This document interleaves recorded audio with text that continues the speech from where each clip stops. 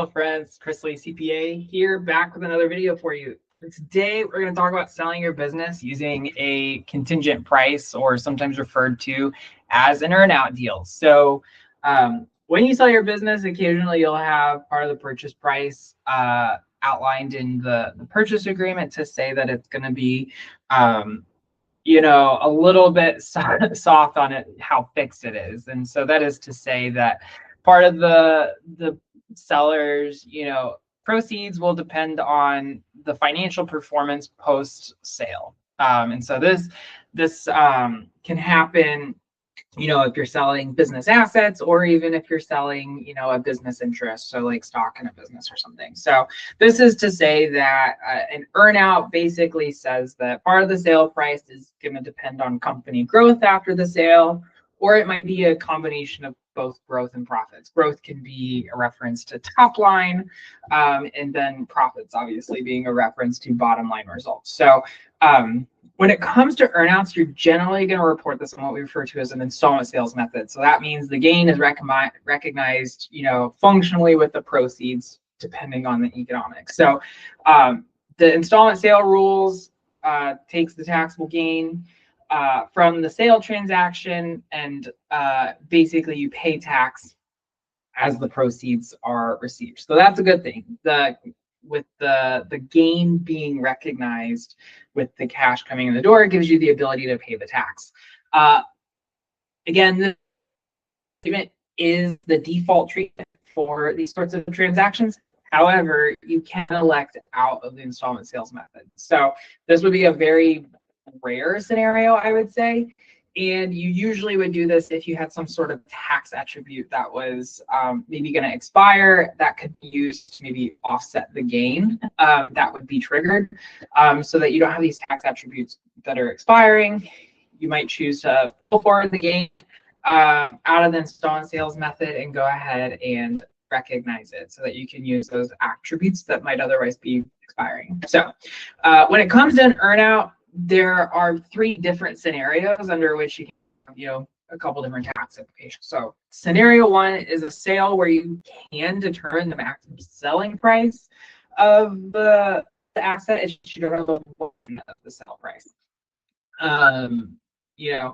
Scenario two is a sale of assets or business interest that you cannot determine the maximum selling price, but you can determine the time over which you will receive the contingent payments. The payments are post-sale finance performance.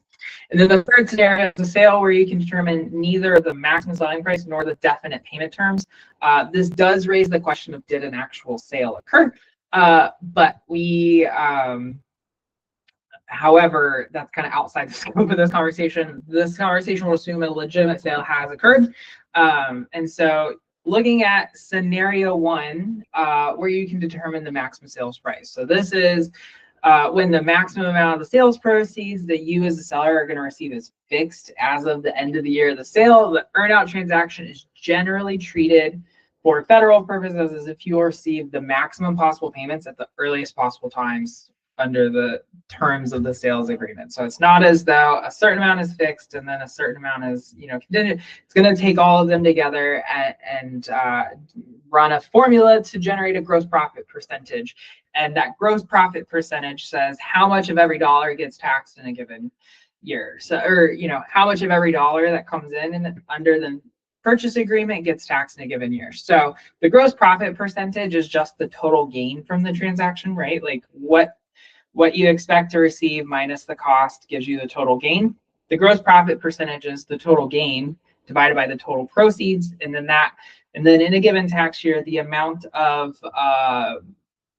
proceeds you receive, multiply that by your gross profit percentage, and that's the gain that gets taxed in a given year. Now, the character of the tax gets more complicated, whether it's ordinary or whether it's going to be capital gain, all those sorts of things. That's a totally different conversation. But essentially what the gross profit percentage does is says a portion of each dollar received under the contract is both a tax-free recovery of your basis in whatever is being sold, and a portion of it is also the taxable gain. So In the event that there's a reduction in the maximum possible sales price, you'll refigure the maximum price and calculate a new gross profit percentage that would be applied to the remaining payments. So that's functionally where you get where you can determine the maximum sales price.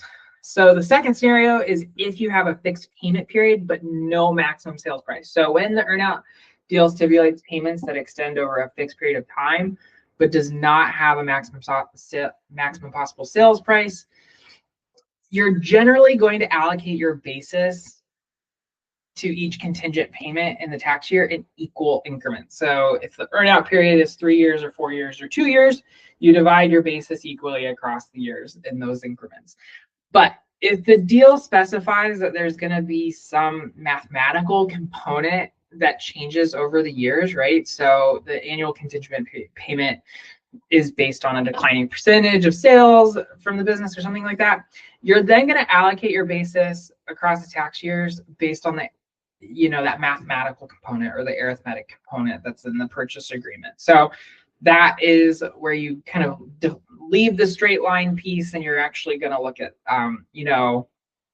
the portion that's actually being used to calculate the amount you're receiving each year. So it's kind of a mix of the equal, calculating the amount that's the basis that's going to be spread evenly, and then the first part. So then there's the third possible scenario here where there is no maximum sales price and there's no fixed payment period. So this again does beg the question of whether an actual sale has occurred or these payments are maybe being made under some sort of royalty agreement or rental payments. So assuming a sale has in fact occurred, you're generally going to allocate your basis in the assets and the selling expenses in equal amounts over 15 years. so that's kind of like not a great scenario because most transactions are not going to remain open for 15 years, this is when you're going to actually like look at the documents, and you would advise someone not to do this purely because it's tax inefficient. But basically, as you allocate the basis in those assets over 15 years, you receive the basis portion of each contingent payment tax-free, and then the remainder of each payment is going to be taxable gain. Depending on what you believe about the amount and timing of your future earnout payments and how accurate those beliefs turn out to be, you can end up in a better spot in this scenario, but that's not always the case.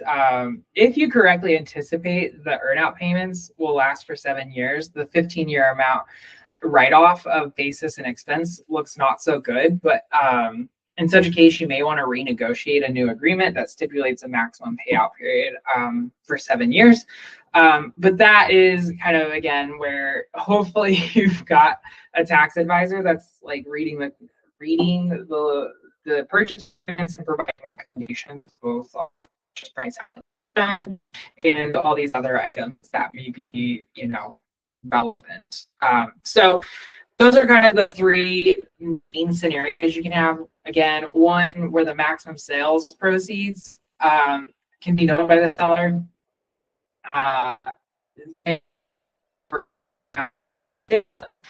Transaction is generally treated as if you receive the maximum possible payments and you use a gross profit percentage. When the earnout deal stipulates payments, extend over, but maybe does, a fixed amount, you're generally going to allocate your basis and the assets over the equal annual increments for the payment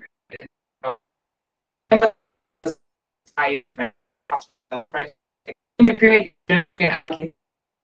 Assets and selling expenses in equal amounts over 15 years. So that's kind of where you can kind of get your head to think about as you're negotiating a purchase agreement, thinking about the stipulation of the payment period and the payment amounts. If neither one of those you negotiate so that you can have at least more predictable results, that would make the most sense for you. So I'll leave you with that, and we can end in the next what it looks like. You've got different sorts of entity structures, selling, business interests, and discuss kind of the implications there, and then what can actually post-close, pre-close, and all those sorts of things. So, how your entity is actually going to be viewed by the other. Future video coming, it'll be kind of continuation of this. If you want a direct consult, feel free to click the link down in the video description, and I will be back soon with another video for you. All right, friends. Yeah, talk soon. Bye.